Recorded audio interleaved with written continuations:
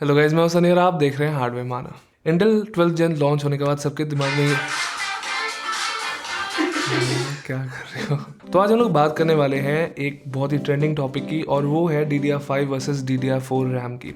तो इन डिफरेंसेस को थोड़ा सा डेमोन्स्ट्रेट करने के लिए हमारे पास आज है किंगस्टन की न्यू फ्यूरी DDR5 रैम। हमारे पास जो आज पर्टिकुलर किट है, it's the 32GB 5200 megahertz kit. तो काफ़ी कुछ है आपके साथ शेयर करने के लिए, तो बिना किसी देर के लेट्स बिगिन।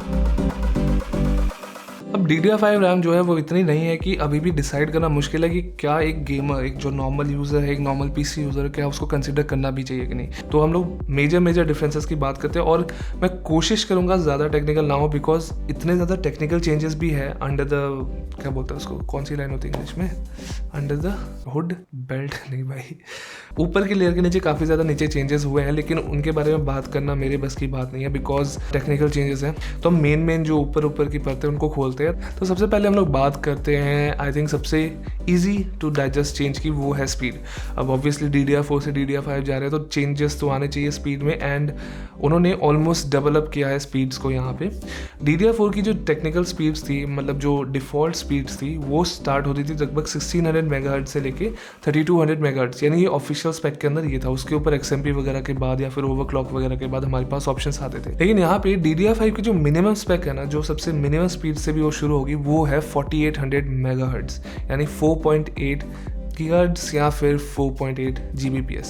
तो in terms of bandwidth speed ये बहुत ज़्यादा बड़ा जंप है, एंड ये तो सिर्फ शुरुआत है, because companies are promising even bigger numbers. यहाँ पे कंपनीज लाइक किंगस्टन, यहाँ पे कंपनीज लाइक सैमसंग और अदर मैन्युफैक्चरर्स लाइक XPG, ये प्रॉमिस करिए स्पीड्स अप टू 10,000 मेगाहर्ट्ज, यानी 10 गीगाहर्ट्ज की स्पीड्स। 10,000 के अलावा 12,600 तक भी स्पीड्स की अभी तक मतलब रोड मैप शो किया। फ्यूचर इज ब्राइट, लेकिन यहाँ पे प्रेजेंट में एक छोटी सी प्रॉब्लम है इस स्पीड के साथ।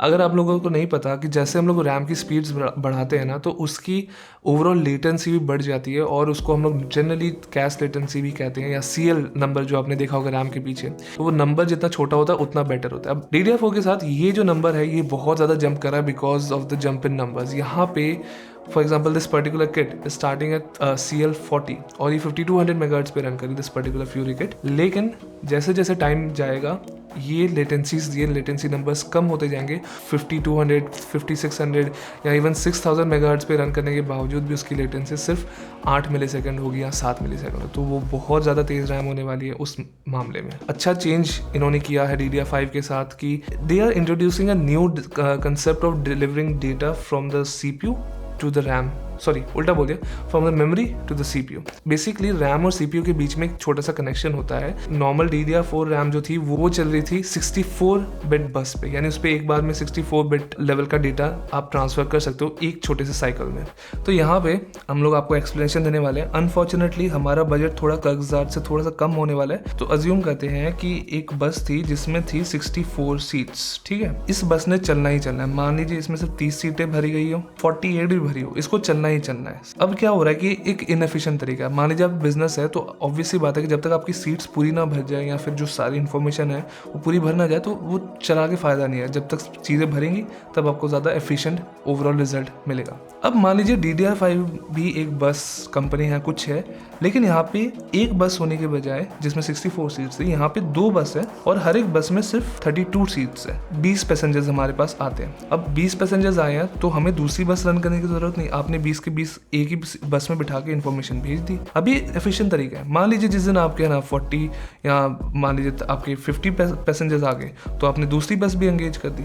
DDR4 में क्या था, because of the 64 bit single lane, तो वहाँ पे क्या प्रॉब्लम हो रही थी कि मान लीजिए आपका ऐसा डेटा है जो सिर्फ 32 बिट्स का डेटा यूज हो रहा है, उसमें से 64 बिट्स में से उसको बाकी डेटा भेजना ही पड़ना था, ठीक है। बाकी स्पेसेस फिल करने ही थे, बाकी लेन्स फिल करने जरूरी थे। फालतू की 00 वाली इन्फॉर्मेशन या बिट्स उसको भेजने पड़ते थे। अब वो इनएफिशिएंट तरीका था, बिकॉज CPU को 00 भी लास्ट में चेक करना पड़ता था इन DDR4। वो 00 काउंट करने में सारा का सारा टाइम निकाल रहा था। लेकिन DDR5 के साथ क्या ऑप्शन है, बिकॉज आपके पास ऑप्शन है, आपके पास 2 लेन्स है। चाहे तो अगर आपके पास एक ऐसा डेटा जो सिर्फ 30 बिट यूज कर रहा है, वैसे तो 30 बिट होता नहीं है, 16 बिट यूज कर रहा है, तो सिर्फ एक लेन यूज करके दूसरी लेन को वो आइडल रख सकता है। अब इससे क्या है, CPU को फालतू के 000 काउंट नहीं करने, यानी फालतू के बिट्स नहीं काउंट करने। तो इस तरीके से DDR5 में जो ये इंक्रीज्ड लेन्स का कंसेप्ट है या फिर इंक्रीज्ड बसेस का कंसेप्ट है, वो बहुत ज़्यादा एफिशिएंट तरीके से CPU को काम करने में हेल्प करता है।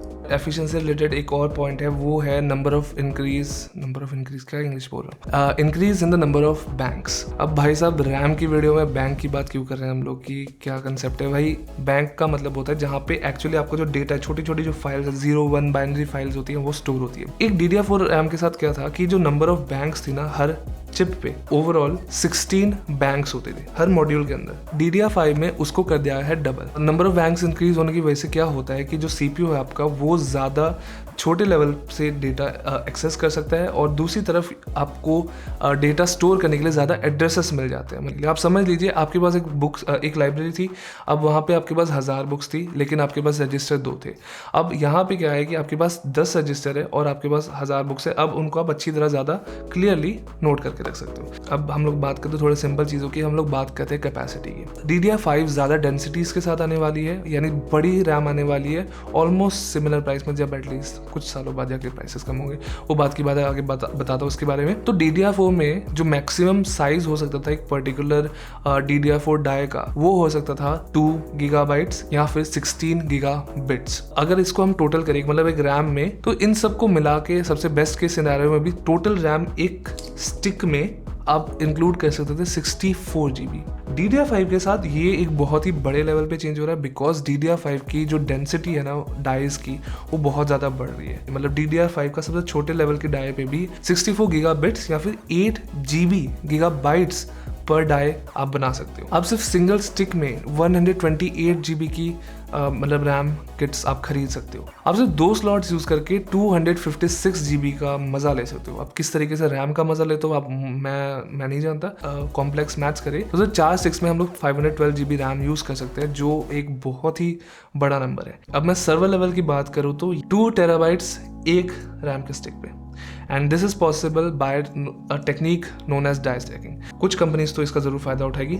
चलो और एक फायदा जो कंपनीज उठा सकती है, एंड मे बी आप में से कुछ लोग जो बहुत ज़्यादा डेटा सेंसिटिव चीज़ों के साथ काम करते हैं, इंडस्ट्रियल लेवल पे काम करते हैं, उनके लिए एक बहुत अच्छी खबर है। DDR5 RAM on die error correction support करती है। आप में से कुछ लोग वेरिटेजियम नाम के एक चैनल को फॉलो करते होंगे, और उन्होंने एक वीडियो बनाई थी बहुत टाइम पहले कि सन की कॉस्मिक रेज की वजह से, मतलब या फिर जो आप लगा ले यूनिवर्स की कॉस्मिक रेज की वजह से हमारी रैम पे इंटरफेरेंस हो सकती है। हमारे कंप्यूटर्स उसकी वजह से गलत इन्फॉर्मेशन प्रोड्यूस कर सकते हैं। आपको मतलब यूनिवर्स की वेट करने की ज़रूरत नहीं, कभी कभार सिर्फ इलेक्ट्रोमैग्नेटिक इंटरफेरेंस की वजह से या बहुत ज़्यादा हाई ऑल्टीट्यूड में आप काम वगैरह करने की वजह से भी आपकी जो रैम वगैरह है या फिर जो कंप्यूटर्स हैं वो ठीक से परफॉर्म नहीं कर पाते या सही इन्फॉर्मेशन नहीं दे पाते। अगर आप उसको बोलोगे कि 2+2 करो नॉर्मल कंडीशन में, वो बोलेगा 4, लेकिन may be because of some kind of error in the overall memory chain या फिर ओवरऑल प्रोसेसिंग, वो 2+2 में भी बताया कि इट्स 2500 और समथिंग। तो ये जो कंसेप्ट है एरर करेक्शन कोड या फिर ECC जिसको हम जनरली कहते हैं, उसका मेन यूज़ क्या होता है कि ये जो इस टाइप के एरर्स जो मैंने बताया ना कि जो यूनिवर्स वगैरह से आ रहे हैं, इलेक्ट्रोमैग्नेटिक वगैरह एरर्स आ रहे हैं, उनको करेक्ट करता है। अगर मान लीजिए कुछ प्रॉब्लम आ भी जाती है, कुछ एरर बन भी जाता है, वो सिस्टम उसको जल्दी से चेक करता है, रियल टाइम पे चेक करता है और उसको ठीक करता है। छोटे मोटे एरर्स आ रहे हैं ना जिनके बारे में आपको पता भी नहीं होगा, वो ये अपने आप करेक्ट करना शुरू होगा बिना किसी एक्सटर्नल ECC चिप के। ये जो सपोर्ट है ये उसके डाई के अंदर बैठेगा ना, जो छोटी छोटी चिप्स होती है रैम के अंदर। तो ये बहुत ही अच्छी न्यूज़ है। जस्ट बिकॉज मतलब कोई भरोसा नहीं कब है ना भगवान का कुछ हो जाए, दिमाग वगैरह खराब हो जाए, उन्होंने कोई ऐसे भस्मुस बहा कर कोई रे भेज दिया और हमारा कंप्यूटर खराब हो जाए। सर्वर लेवल पे obviously advance dedicated ECC chip वाली करेक्शन अवेलेबल होगी, लेकिन हम जैसे लोगों के लिए ये काफ़ी होने वाला है। हमारे अगले पॉइंट की बात करते हैं, वो है हमारे पावर और थर्मल से related. By default DDR4 RAM थी 1.2 वोल्ट्स पे चलने वाली, लेकिन DDR5 है 1.1 वोल्ट्स पे चलने वाली। सिर्फ 0.1 वोल्ट से क्या फ़र्क होने वाला है? वेल मैं सच बताऊँ बहुत ज़्यादा फ़र्क होने वाला है, बिकॉज इससे आपकी लैपटॉप की एफिशिएंसी बढ़ सकती है। This is a 10% change, and 10% change is not a small change जब हम लोग पोर्टेबल डिवाइसेस की बात करें जिनकी हालत बुरी हो जाती है थोड़ी देर बाद ही बैटरी में। दूसरी तरफ इस 1.1 वोल्ट को अचीव करने के लिए मदरबोर्ड को कुछ नहीं करना पड़ेगा, जो भी करना है रैम ने करना है, बिकॉज वोल्टेज को कन्वर्ट करने के लिए VRM होता था, ठीक है, वोल्टेज रेगुलेटर होता था, वो मदरबोर्ड पे होने की बजाय अब रैम स्टिक पे होगा। तो यहाँ पे एक डेडिकेटेड सर्किट होगा जो सिर्फ वोल्टेज रेगुलेशन का काम करेगा। जो बिजली आ रही है सीधा चिप से वहां से निकल के सीधा रैम पे पहुंच रही है। डिस्टेंस कम हो गया बेसिकली। अब डिस्टेंस कम होने का मतलब ये है कि जो आपकी सिग्नल इंटीग्रिटी है ना वो बेटर होगी, ठीक है। जो आपके वोल्टेजेस हो गए उनमें रिपल कम होगा। रिपल का मतलब होता है कि जो वोल्टेजेस ऊपर नीचे जाती है, तो उस चीज को मिनिमाइज करने के लिए, जिटर वगैरह को मिनिमाइज करने के लिए यहाँ पे जो कंट्रोलर्स है वो पास लाए गए। लास्ट पॉइंट की बात करते हैं और वो है कि एडिशनली क्या क्या गया है। एंड मेरे ख्याल से एक बहुत ही इंटरेस्टिंग चीज उन्होंने की कि XMP प्रोफाइल्स को कस्टमाइज करने का ऑप्शन डाल दिया। कंपनीज होती थी वो सिर्फ 2 XMP प्रोफाइल्स इंक्लूड कर सकती थी अपने रैम के साथ। 3600 मेगाहर्ट्ज वाली रैम खरीदते हैं मान लीजिए, उसमें आपको 3 स्पीड सेलेक्ट करने का ऑप्शन मिलता है। यहाँ पे CPU पे 3 स्पीड शो होती थी। एक होती थी JEDEC स्पेसिफिकेशन, एक होती है जो XMP1, फिर होती है XMP2। अब ये जो चेंज हो गया है तो उसकी वजह से कंपनीज अपनी तरफ से 3 XMP प्रोफाइल डाल सकती है। और एक बहुत ही इंटरेस्टिंग चीज, आप खुद के भी XMP प्रोफाइल्स बना सकते हो। आपके पास 2 स्लॉट मिलते हैं। आपने एक का नाम रख दिया राधा, एक का नाम रख दिया शाम वाली जो प्रोफाइल है वो हमारी है फॉर AMD, और राधा वाली जो रैम प्रोफाइल है वो है हमारे इंटेल के लिए, जो एक बहुत ही इंटरेस्टिंग चीज़ है। तो अब फाइनली बात करते हैं जो एक्चुअली आपको जानना था, एंड वो है प्राइसिंग के बारे में। तो उसका आंसर है इट्स कॉम्प्लिकेटेड। देखो सिंपल सी बात है, this is a new technology, ठीक है। तो आपको अर्ली अडॉप्टर टैक्स पे करना पड़ेगा। आप उसको डिनाई नहीं कर सकते, आप उससे भाग नहीं सकते, वो आपके पीछे पीछे ज़रूर आएगा। लेकिन मैं आपको एक याद दिलाना चाहता हूँ एक चीज़ का, कि जब DDR4 भी लॉन्च हुई थी DDR3 के बाद, तो DDR4 के भी प्राइसेस बहुत ज़्यादा थे। धीरे धीरे करते हुए आज आप देखो कि आपको एक 16 GB किट आराम से 5-6 हज़ार रुपये में मिल सकती है। तो धीरे धीरे प्राइसेस क्या होते हैं, ओवर टाइम कम होते जाते हैं। तो सेम DDR5 के साथ भी होगा। जनरल लेवल पे एक DDR5 रैम DDR4 रैम से सेम कैपेसिटी में, स्पीड्स की बात नहीं कर रहा मैं, ऑलमोस्ट सेम कैपेसिटी में 2.5 to 3 टाइम्स एक्सपेंसिव है, ज़्यादा प्राइस है। 52 मेगाहर्ट्ज CL40 किट आपको मिलेगी 32 GB वाला वेरिएंट अराउंड 25,000-26,000 रुपीज़। लेकिन मैं इतना ये भी कहना चाहता हूँ कि अगर आप अभी प्लेटफॉर्म पे इन्वेस्ट करते हैं तो आप एटलीस्ट जानते हैं कि ओवर टाइम अगले 2 साल में आपको ऑप्शन है अपग्रेड करने का, बिकॉज जो लेटेस्ट चीज़ होगी, जो सबसे तेज चीज़ होगी, जिसके अराउंड टेक्नोलॉजी बननेगी, वो होगी DDR5। इस टाइम पे DDR5 is not the most ideal option. मैं ये नहीं कहूँगा ख़राब चीज़ है, मतलब अभी भी आप इसको लोगे आपको अच्छी परफॉर्मेंस मिलेगी, मतलब खासकर जो 12th जन की वजह से जो गेमिंग इंप्रूवमेंट मिलने वाली है ना, वो तो अलग ही चीज़ है।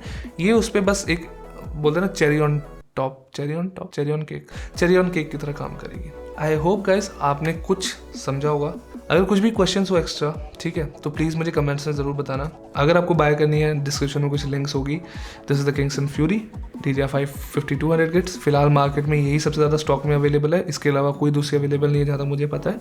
तो yes, if you want to check it out, go to the description. और बाकी अगर आप चैनल को सपोर्ट करना चाहते हैं बाय बीइंग अ मेंबर, तो please you are most welcome. इससे हमें बहुत ज़्यादा हेल्प होती है।